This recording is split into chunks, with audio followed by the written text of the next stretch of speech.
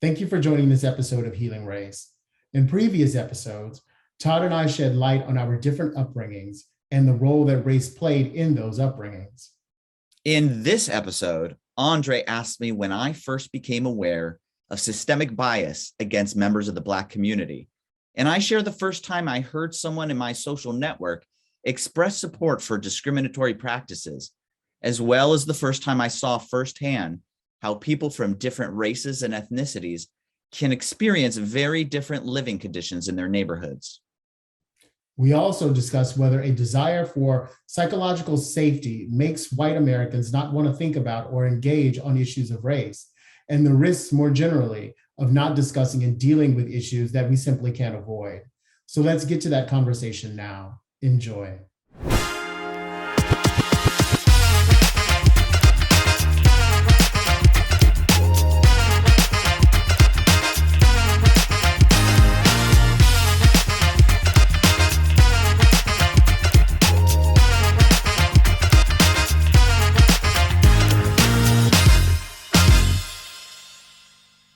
When were you first aware of systemic bias against Black people in this country? There were two experiences that I can remember that besides Rodney King, that made me kind of realize something's wrong, like something's off, or that made me take a point of view at the very least. One was, and I'm not going to, in confidence to family, which I know you feel you want to do as well. I'm not going to say who it was, but let's just say someone in the family network brought up his support for racial profiling in terms of like people driving, and that, they were okay with it. And I just could not believe it. But it had me for the first time think, wow, first of all, people have points of view that are clearly supportive of some kind of discriminatory practice that are just, to me, unfair on its face. I mean, even with the argument of like, oh, it's proportional to the amount of crime, and we can get all into, well, why is crime disproportionate? I don't even want to, I don't think we need to go into the technical details of that, but let's even give them that. It does not give any kind of right, I don't think, to profile a human being who you do not know and assume their guilt, assume a probability of guilt. And that was the first time it hit me, not just, clearly it came up because it was being debated in the probably local area or state or country, I don't remember, but it was part of the political conversation at that time.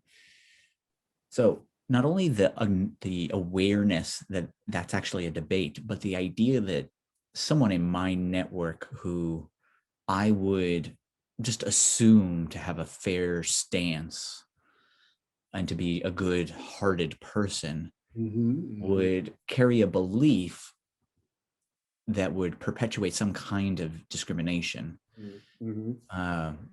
That was the first time where I had to come face to face with and just acknowledge or just understand that ideas existed like this. And that if ideas existed, then policies existed, or at least policies were supported and could potentially become active. So that was my first kind of more guttural experience of the differences of realities was actually in sports. We went to play, we would travel to play soccer, and we went to a lower socioeconomic area, and it was an area that was primarily Black and Hispanic. And so I remember in the experience of, my parents drove me home and their feeling of concern about being in the area. No, the reality might be that there was more crime. I certainly did not feel unsafe. I could see that there was a difference in the neighborhoods, and it was stark. It hit me,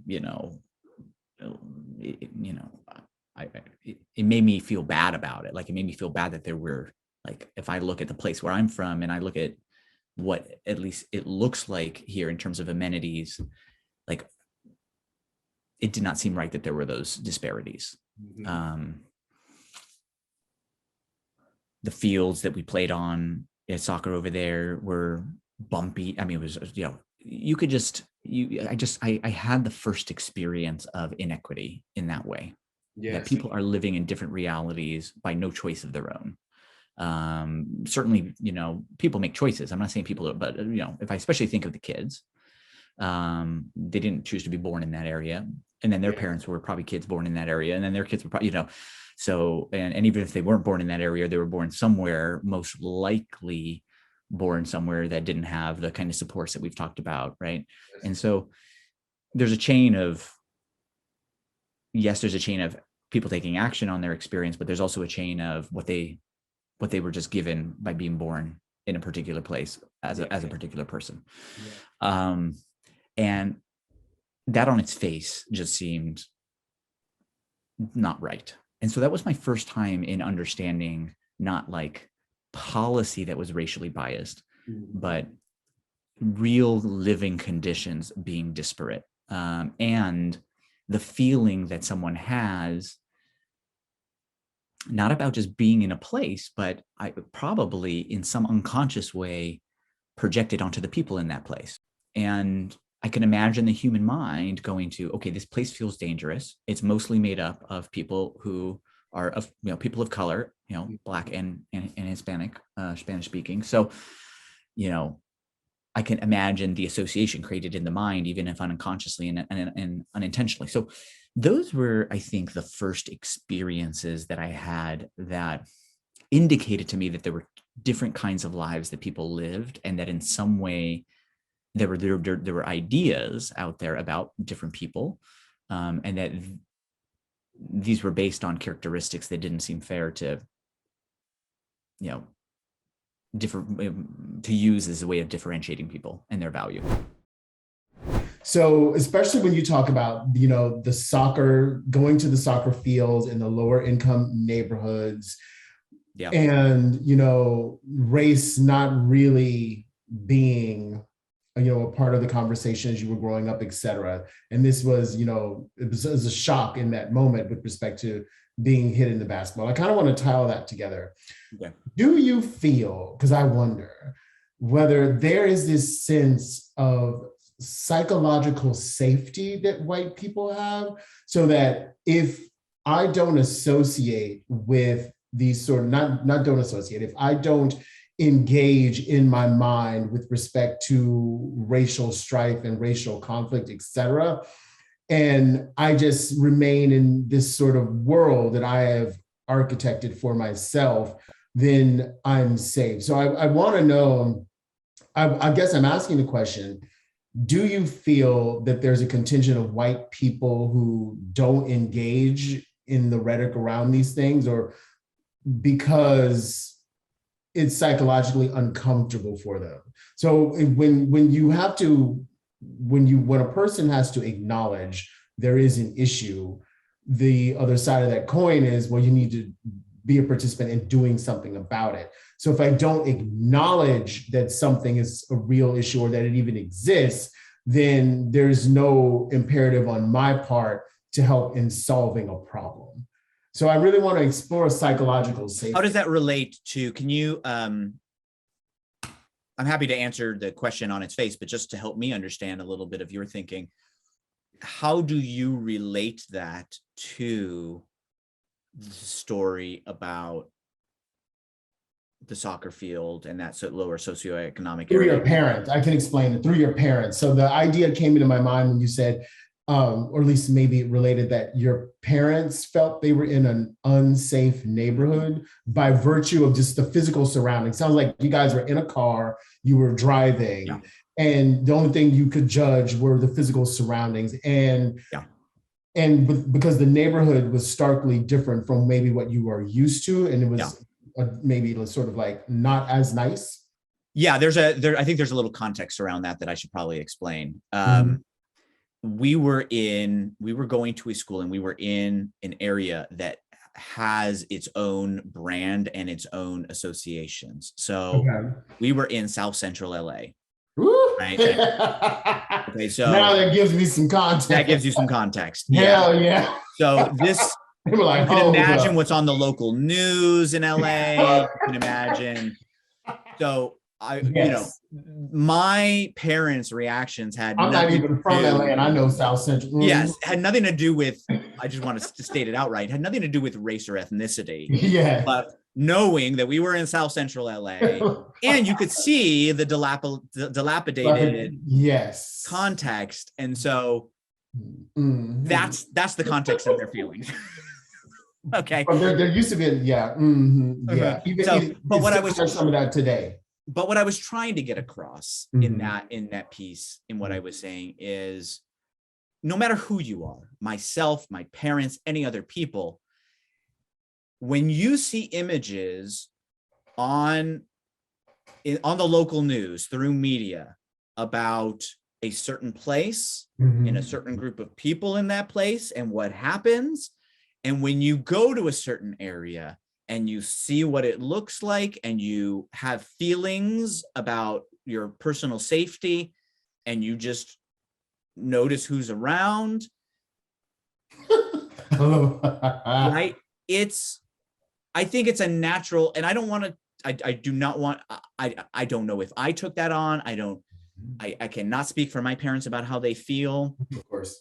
They have engaged, like I said, my dad had minority students through much of his career and had great engagement with them, right? So I'm not making any presumptions about the impact on my parents. I'm speaking more generally about people, and that for me, taking it in and thinking about it and seeing the difference in the feeling of safety and the feeling and the economic situation and the difference in the color of people, and being able to see my world relative to that world, which had all of those differences, feeling of safety, different socioeconomic conditions, and a different mix of races and ethnicities.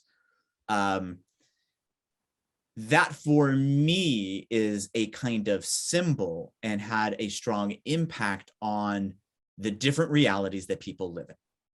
And if I think about how that gets broadcast, the way that people might take on these associations about people and racial differences.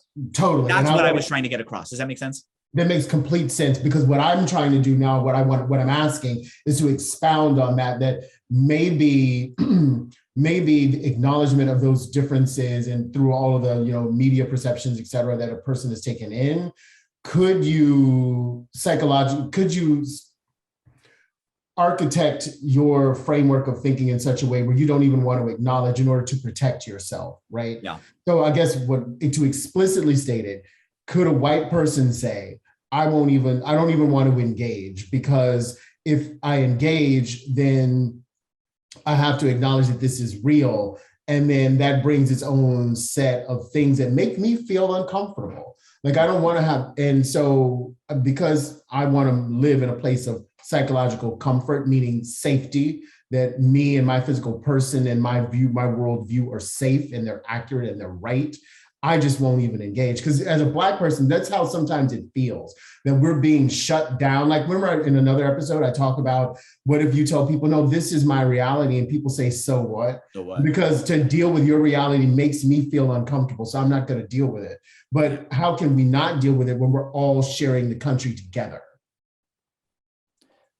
Well, I think some probably consciously or unconsciously feel that they can because they don't have to.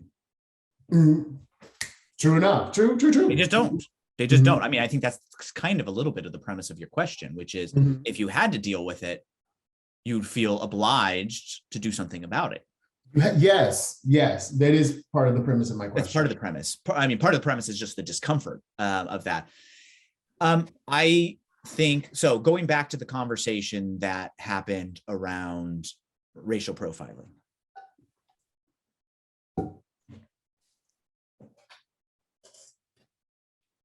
One can imagine, I mean, just imagine people across America being in that situation in that moment, how many people would feel comfortable like continuing that conversation?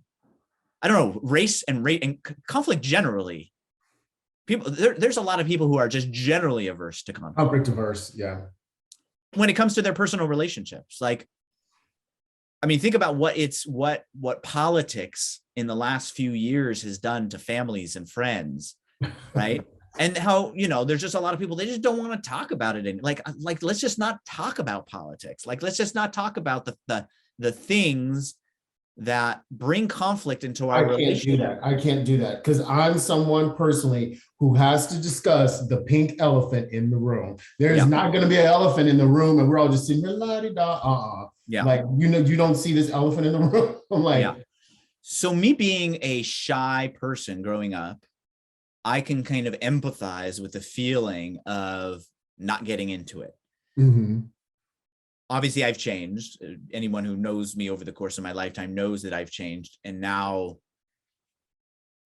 I'm not just open to having the conversation, but will bring the conversation. Yeah, you're leading. Yeah. But I also understand why people sometimes don't. I understand why people just don't want to get into conflict generally in their relationships. Why people might do a calculation of, okay, is it going to be real? Is it really worth having this conversation and threatening the peace and happiness and connection in this relationship that I have for the purpose of having this conversation? Do I really need to have it? I mean, how many of us do that in our personal relatigeships? How many of us? Maybe you don't, Andre. But then you're living in a fool's paradise. You don't have to convince me of that. You just asked me a question of, do people feel uncomfortable? I'm giving you an answer. Yes. I cannot live in a fool's paradise. Neither can I. I need to talk about the pink elephant in the room, as you do. It's really hard for me not to. But it doesn't mean that I never feel nervous about it. Mm-hmm. Right? Okay, I accept. Right? When I go into, when I had to have the conversation with my parents about the way we were going to do our wedding and how I wasn't going to break the glass like is traditional in Jewish, like, I had to have the conversation. I couldn't just like avoid it, right? Mm-hmm. But did I feel some nerves about having it because it was going to instigate conflict in the relationship and with regard to the wedding? And certainly I had some nerves about it. And so I think when it comes to race, when it comes to not just race, but any issue that doesn't feel directly pertinent to one's life, then you can imagine that the barrier to having the conversation is even greater. Like in the conversation about breaking the glass in the wedding, I could not avoid that conversation. It was personally relevant, right? Like I was going to be having a wedding and that wedding was not going to include that tradition. Mm-hmm. And I had to think about what Ada and I were working to, aspiring to create, right? There was strong personal relevance. But if you think about a person who doesn't feel strong relevance to the source of the conflict, the topic, there's all the more reason to just. Okay, cool. So what happens when it lands on your doorstep? When your kid wants to date the black kid? So now when the elephant is now starting making noise and taking shits all over your living room. Thank you for watching this episode of Healing Race, and stay with us for a scene from our next video.